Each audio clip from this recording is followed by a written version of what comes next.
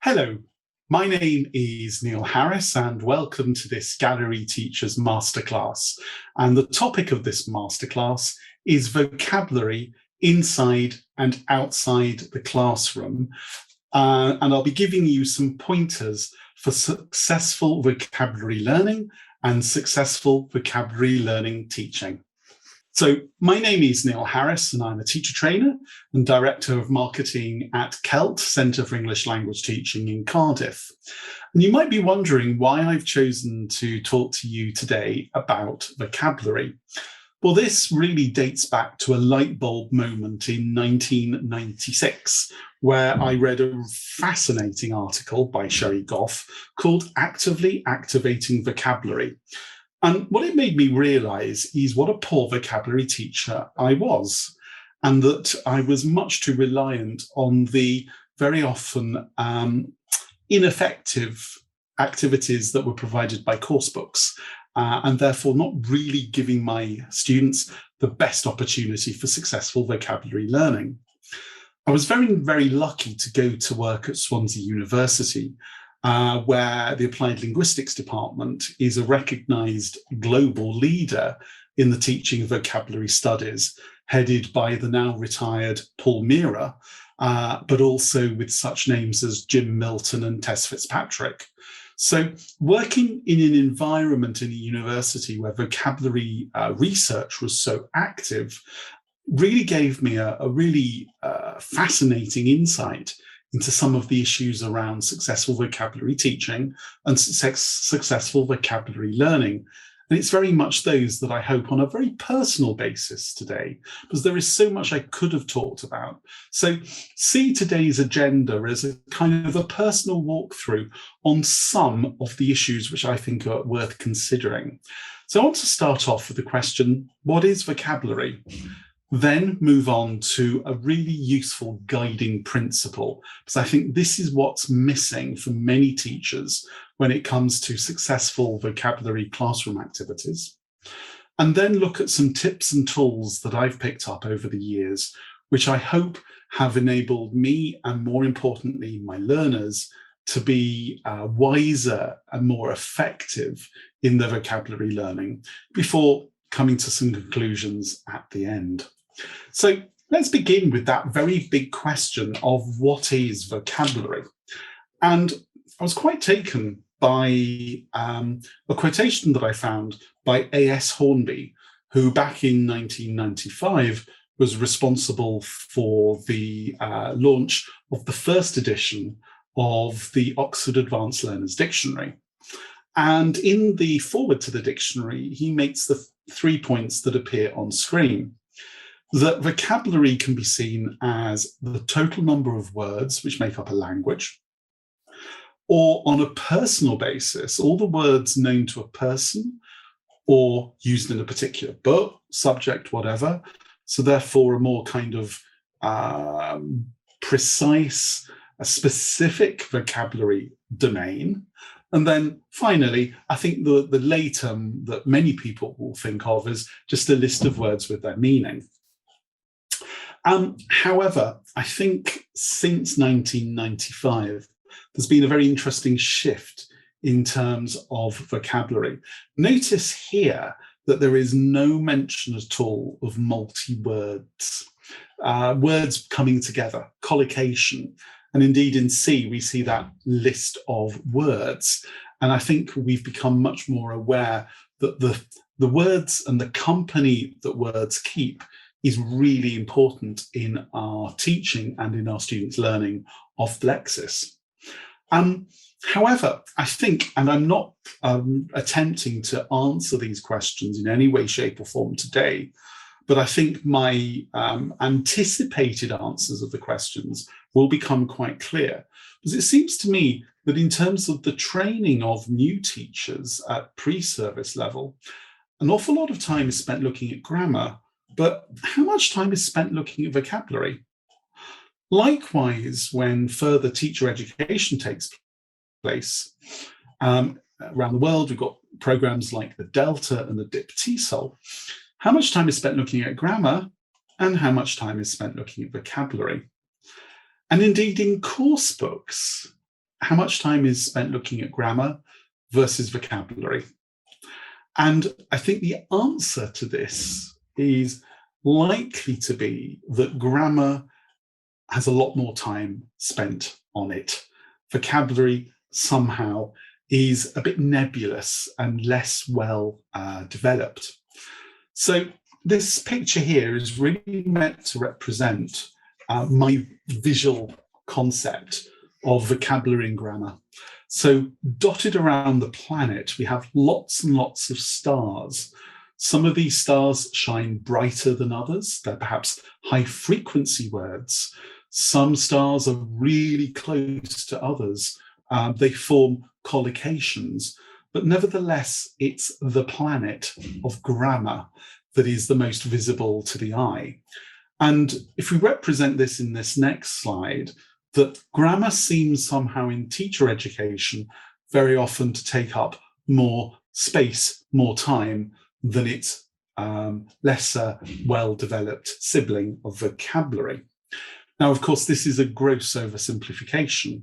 2 years before Hornby was publishing that first edition of the Oxford Advanced Learners Dictionary, Michael Lewis of the lexical approach was making the point that in his view, and of many teachers who follow him, that language is grammaticalized lexis, not lexicalized grammar.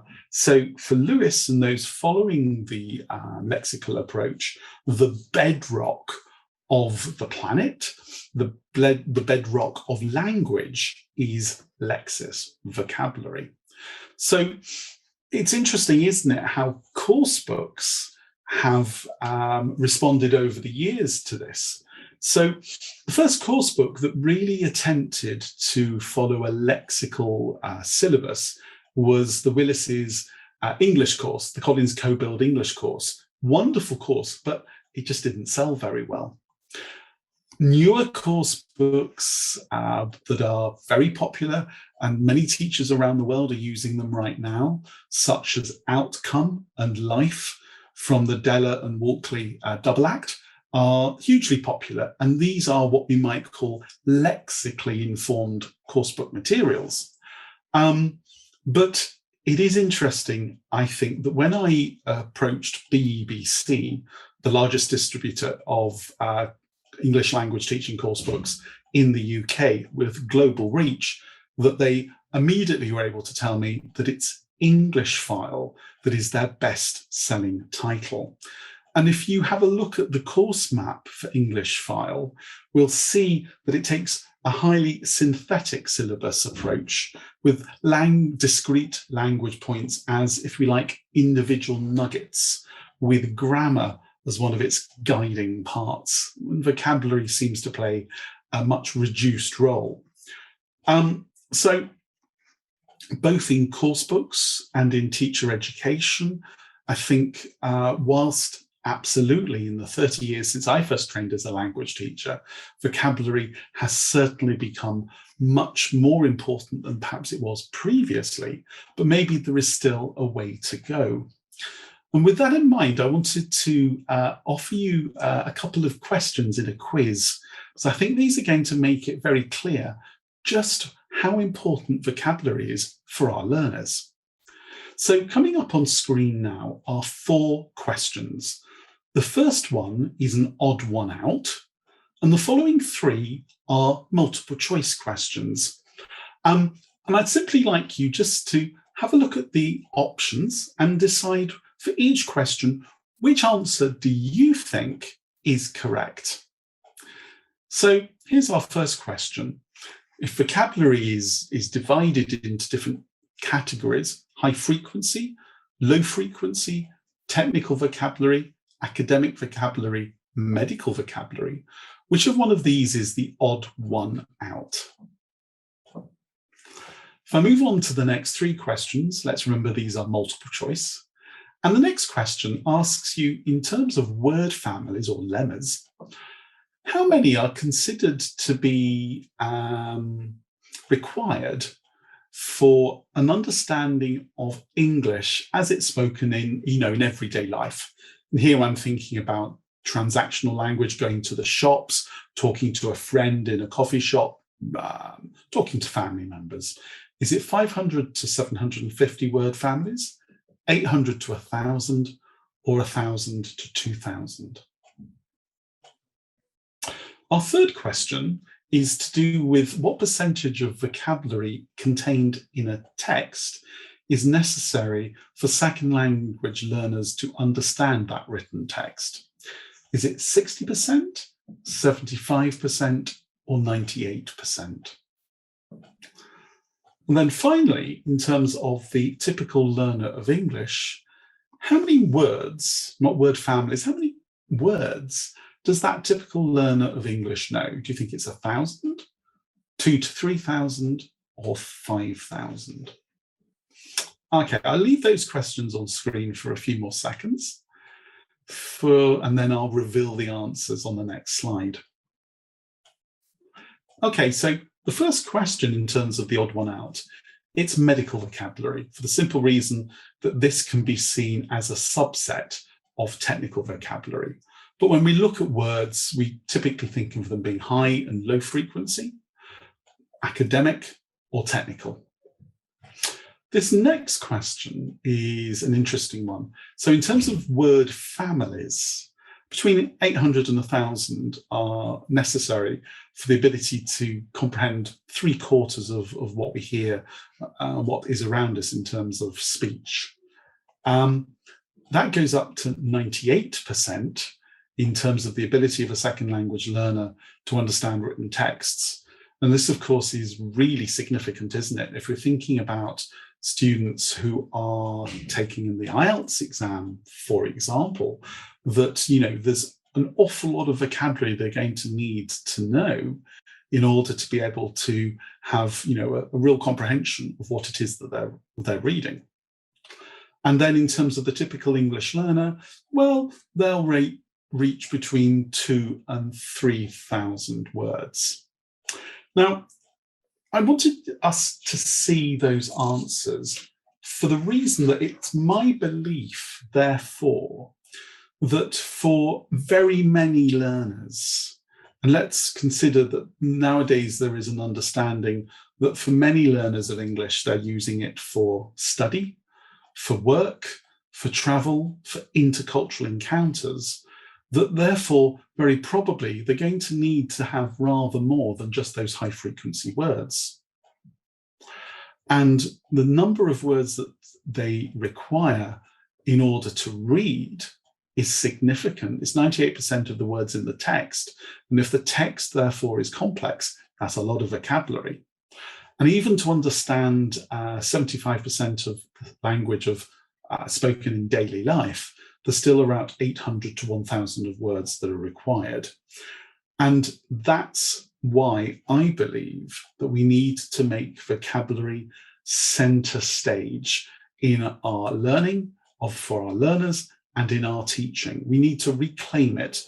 We need to make our vocabulary teaching probably more in terms of what we're doing, more principled in terms of how we do it, but also to ensure that students have access to and are able to then retrieve from their long-term memories more words than may be happening right now. So moving on in the presentation, the next part I want to look at is this idea of a useful guiding principle, because there is research that suggests that teachers, when they're interviewed, have this kind of sense that they know that there's lots of vocabulary out there that they need to teach. They have strategies for how to teach them, you know, gap fills, odd one out, word matching for collocations, and so on. But perhaps what they lack is a kind of beneath that, a guiding principle for how to teach for success. Now, of course, for many people, when we're thinking about teaching, the first thing we think about is course books. And this is, I think, our first issue. Because if we take something like English File, and you'll notice here that I'm showing New English File, which was the second edition. Some analysis was done back in 2011 looking at the vocabulary range of the first 3 levels up here. And it was discovered that fewer than the first 1,500 most frequent words in English were encountered in those 3 levels, which I think means a number of things. First of all, it perhaps explains the popularity of really good materials like the famous English Vocabulary in Use series, plus its spin-offs into academic vocabulary, medical vocabulary, and so on. But I think also, if we recognise that the vocabulary growth in coursebooks just really isn't very high at all, and that, yes, we can supplement it with supplementary materials, although there are questions about whether teachers really feel confident about how to use them best, then I think there is also very definitely space for the use of the graded reader. And I think this is really something that is very definitely overlooked. Extensive reading is a really powerful way of building vocabulary, and we'll see how and why in a moment. So therefore, our student here, if we want to really achieve, that high five moment for him and for his friends, I think we're going to have to consider from the ground upwards some bases for achieving successful vocabulary learning and teaching. So it's at this point that I'd like to introduce you to a hero of mine. I don't know if any of you recognize him. I'm not going to turn this into a quiz because it's what he says rather than his name that I think is really the more important. But this is Paul, ISP Nation. And Paul has been one of those major figures in the academic world who has successfully made vocabulary research accessible for teachers. He has written a huge number of research papers and monographs, but 2 that I think are particularly useful and are very teacher-friendly for those teachers who have a kind of a B2, probably higher C1 level, and are therefore able to access the language. He writes very clearly. His 2nd edition of Learning Vocabulary in Another Language, and then Teaching Vocabulary Strategies and Techniques, are 2 really great sources for information. And what Paul does in both books is introduce his idea of the 4 strands of vocabulary learning, and here they are here.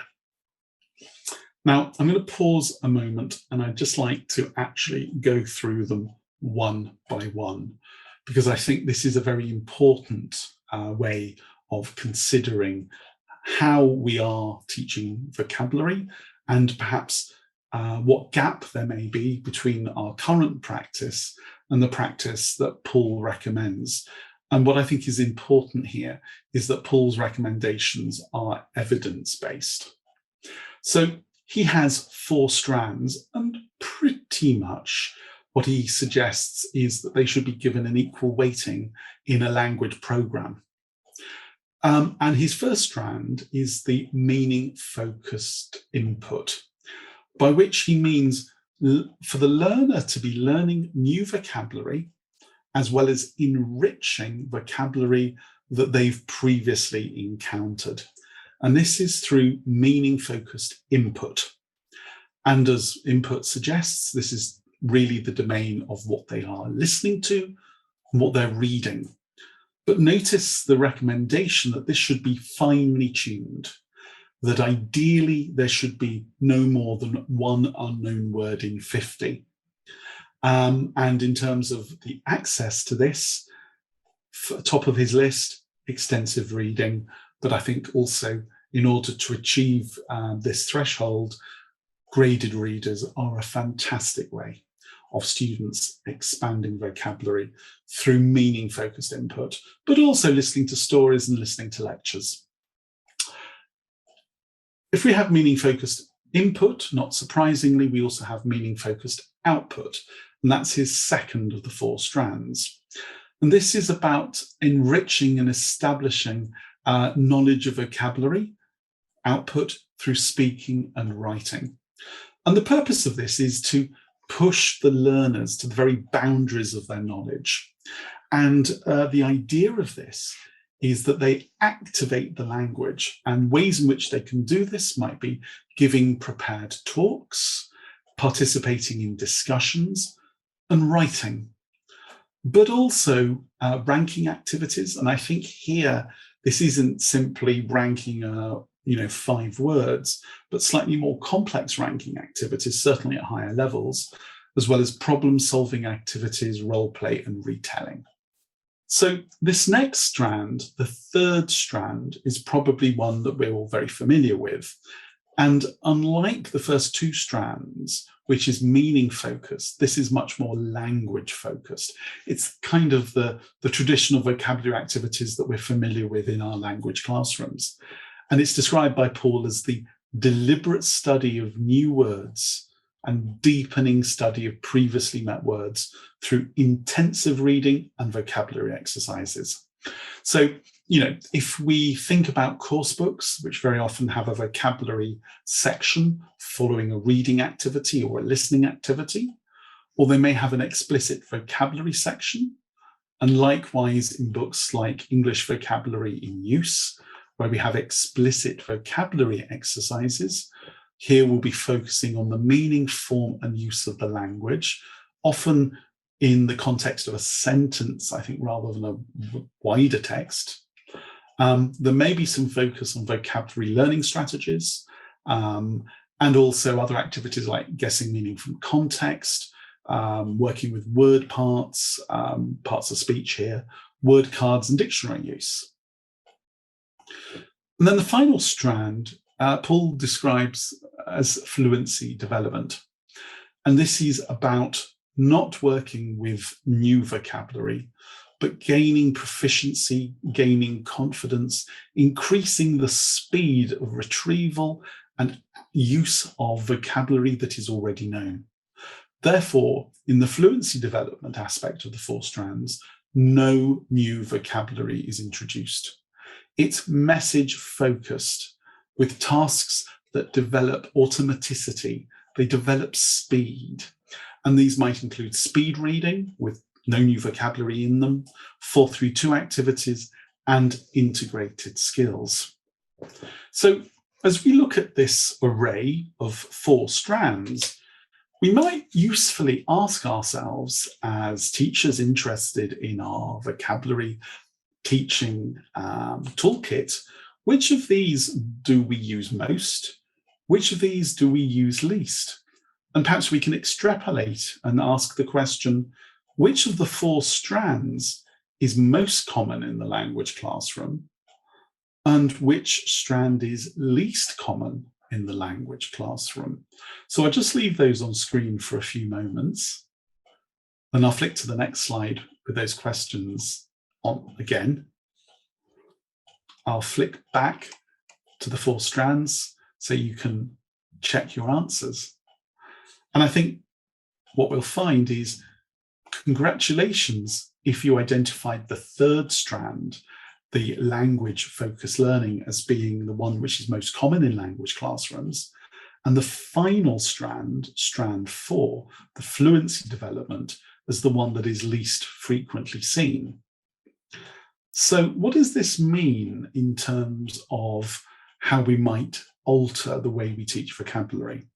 Well, first of all, I think adoption of something like the 4-strand approach is going to take some time, it's going to take effort, but there is an evidence base for success. We continue to do strand 3, but we need to perhaps introduce a little more focus on meaning-focused and input and output. But I think, and I'm certainly guilty of this, we very definitely need to add more focus on fluency development activities. And we can take time in the live session to talk a little bit more about what these are and how we can use them in our classes. So I'd like to end by just sharing with you a small selection of some of the vocabulary tips and tools that have come my way over the years. And I count myself as a teacher who really is interested in Lexis. Again, this is a personal walkthrough of some tips and some tools. And what I've done is avoided the ones that I think teachers are most likely to be aware of. I'm not going to talk at length about collocations and the lexical approach. There are many, many excellent resources already out there. But perhaps what I wanted to do was share with you 4 things that have changed the way in which I thought about vocabulary learning and teaching in the last 10 years or so. And here they are on screen now. Okay, so let's begin with the first one here, the number of words to teach in a session. Now, I have to preface this by making the point that this number that we're going to come up with is very much based on the concept of the quote unquote typical student. And we all know that the typical student doesn't exist.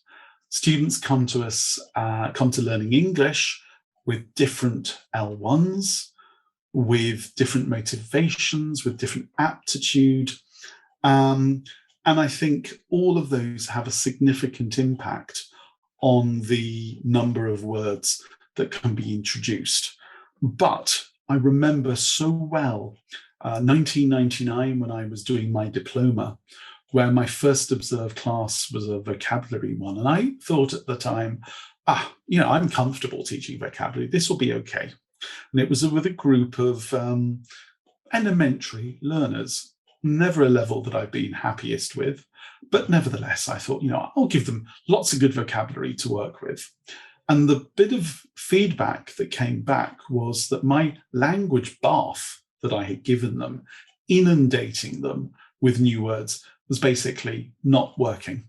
There were too many. So typically speaking, there is, I think, a suggestion that we really need to consider a number. And as you can see on screen, we've got 3 questions here. Is it as many as the learners can cope with? Does it depend on the learner, L1 and L2? Or is it something as simple as 7 plus or minus 2? I think I've probably given you answer to this one already. It's considered probably to be 7 plus or minus 2. And I think here, let's go with the spirit rather than with the letter of the law. In other words, a few words covered very, very well will always be much more successful than 20 or 30 items, many of which the students will have forgotten by the end of the class. I think it really is the case of less is more. If we move on now to our second area, and this is the one of lexical sets. Now, I'm going to show you here on screen a picture, and I think it's something that we're very familiar with in a vocabulary presentation lesson, perhaps here at the elementary level, might be slightly higher.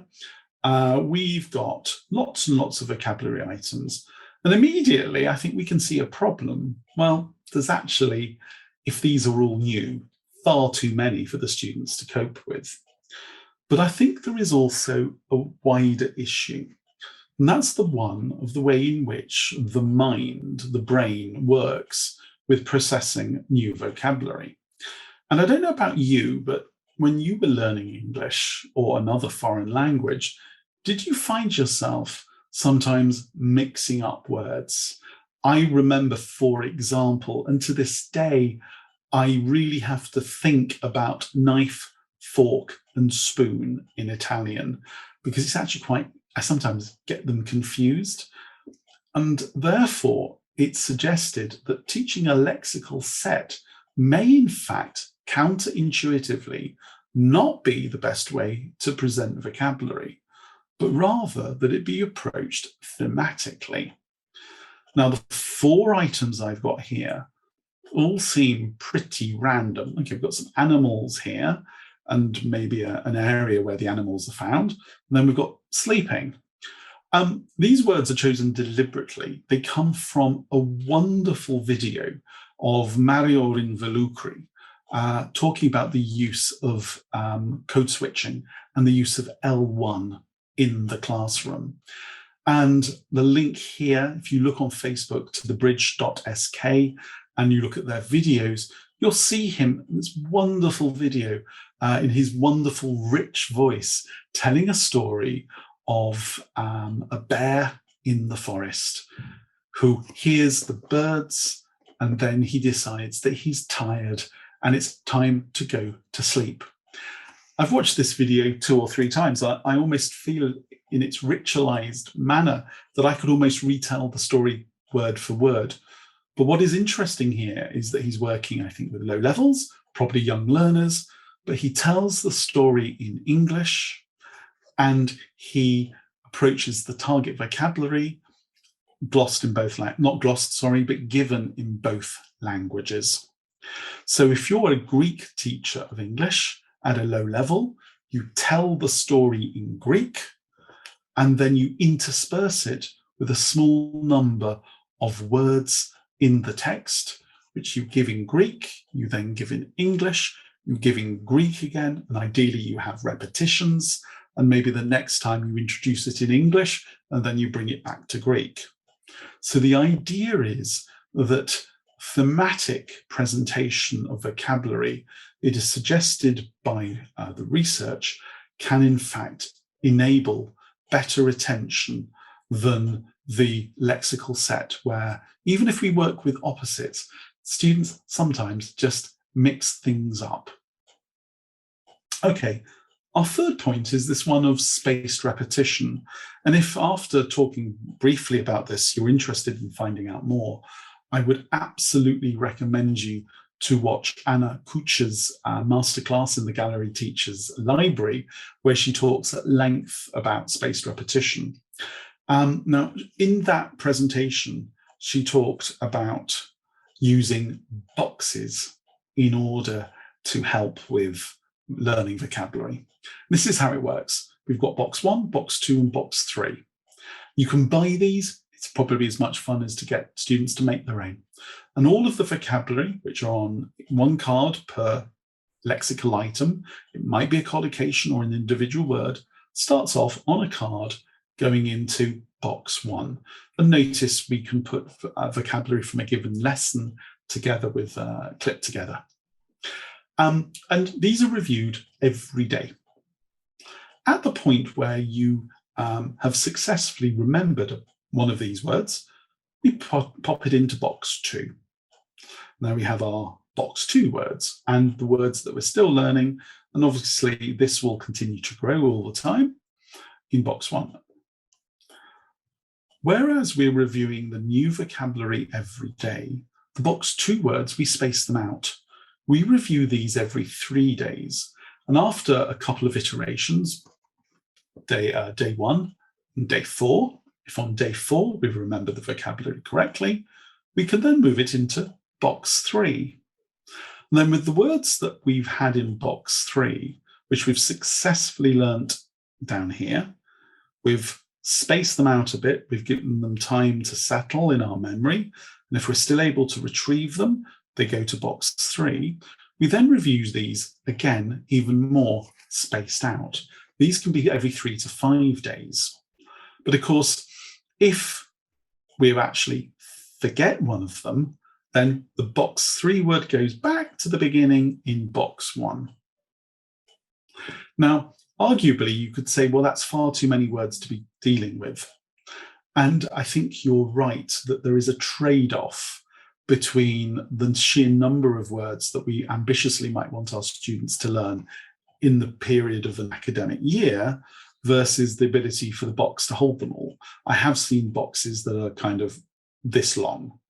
So, one way around this can be saying to the students, choose the words that you feel that you need and you are most likely to benefit from. Because in a given lesson, there may be some vocabulary which is entirely incidental that we perhaps want for receptive rather than productive purposes. And I think the students can make those decisions for themselves. And each student may well choose different vocabulary as a result. And then our final point, in a previous Gallery Masterclass, when I was talking about grammar, I referred to students as archaeologists. And I think the same is true of vocabulary.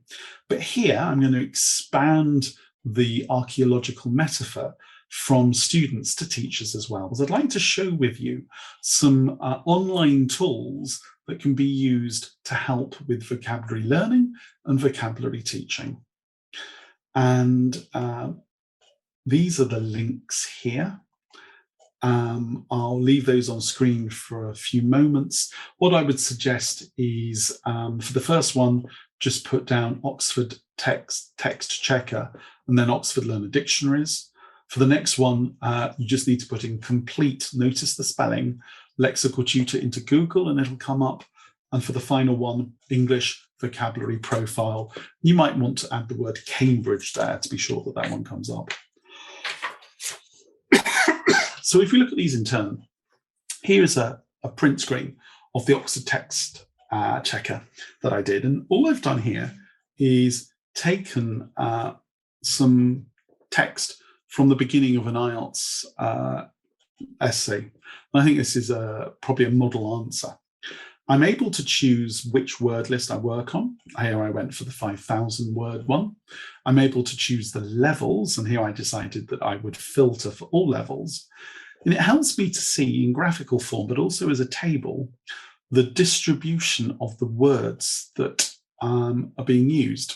Now, it seems to me, for example, if you are an IELTS student aiming for an IELTS 7 or higher, you might well want to be able to see for yourself or with your teacher the difference between the spread of higher level, less frequent words in your essay compared with a model answer. Because, you know, vocabulary growth is important, and the use of collocation in particular is important for the IELTS band 7 and higher. Likewise, for a teacher, if you're wondering, well, you know, quite how rich are my students' work, this Oxford Text Tracker is a great tool to start with. We move on now to Tom Cobb's, yes, complete lexical tutor, sorry there. And I think we can see immediately this is a much more detailed, but also more complex site. And I don't want to pretend in any way, shape or form that this is the thing that you can go to in class without having done your homework first to work out how it works. It works across a range of languages. It has a range of different tools. This one, the output, this one is as a vocabulary profile tool, enabling me to see as output using the same text as I used before. The first 1,000 words, the next 1,000 words, and for IELTS, I think quite useful, academic word list words. And it then gives me a profile here. But also, I think useful for the student, again, is the ability to actually see in colour which words are those first 1,000, the next 2,000, academic word list and other. So we can see here that this student has actually got good control of academic word list, you know, is doing well. The third one, I think, is more for those of you who are working with students and you want to expand the vocabulary, but you're trying to think, well, how do I know which vocabulary to use at a given level? What is the frequency of this item? Now, if you're comfortable with using corpora and concordance tools, great. But the English vocabulary profile, and I'd add there is one for grammar as well, from Cambridge, is a wonderful way of, free of charge, looking at vocabulary across the ranges of the CEFR and deciding which vocabulary we can teach within a given theme So if I move on to the next slide, I'll just show you. So I did a search in British English. You can filter for American English if you like, at the B1 level for a list of nouns linked to education. And this is what came up. I can change the part of speech, I can change the topic, I can change the level, or I can have a look at a range of levels by doing an advanced search. Now, again, I don't think presenting this as a list of words for students to learn is the way forward. I think we may need to kind of think about how can we make this thematic rather than a lexical set. And of course, we're going to need the guiding principles of Nation's 4 strands to make sure that the way in which our students encounter this vocabulary hits all 4 strands in terms of meaning-focused input, meaning-focused output, language-focused input, and fluency as well. But nevertheless, it's a really nice way, particularly if you're developing materials or looking to supplement materials, to at least know where to go to find the vocabulary for a given level and a given topic. Okay, so let's draw some conclusions as a result. Well, you may or may not agree with me how centre stage vocabulary is right now, but whether you feel it is already centre stage, I think it is absolutely the case that vocabulary is a critically important part of our learning for our students and our teaching. If you ask many students, what do they feel they lack in terms of language, very often they'll say more words. And I think students see the progression from one level to the next as being lexically critical. We need to go beyond course books, not just in terms of where the words and the lexical items that we're working with come from, but we need to also consider the multiple exposure to that vocabulary and also repetition of that vocabulary. And, the Lightner box that we saw for spaced repetition is a really nice way to do that. Nation's 4 strands, I think, can help us to develop a successful and principled approach to vocabulary learning. And finally, I think, these smarter goals and these tips and tools that I've showed you, and I would suggest in terms of making your goals smart, for those 4 tips and tools that I indicated, maybe work with 2 of them for a couple of weeks and see how you can start to embed them in your teaching, and then perhaps go back to some of the others at a later stage. This is a select reading list of the materials that I've used for this presentation today. As I've mentioned, Nation figures heavily here, and I would certainly recommend both of his books. But also he co-authored with Wen how vocabulary is learned, and I think that's a really interesting insight into kind of what's happening with the learner in terms of vocabulary learning and vocabulary acquisition. This masterclass today is just one of a really rich resource of masterclasses that are available from Gallery Teachers. The URL is here on screen, https://galleryteachers.com/ELT-workshops. I've mentioned some of the others today. This really is a great resource and something to dive into for many years to come in terms of all of our professional development. We need to pay close attention to the way that vocabulary is taught, I think, for a number of reasons. And 2 in particular strike me as being critical. Number 1, our students want and they need Lexis. If you ask a student, what are you lacking? What do you need to be able to express yourself more precisely? Very often they'll say, "Teacher, I need more words." But also there is an emerging evidence base that teachers themselves feel that they lack a principled approach to successful vocabulary teaching, the kind of teaching that will enable their learners to remember vocabulary better and for longer. So I think those alone are key reasons for our paying attention to the way in which we teach vocabulary in our classes.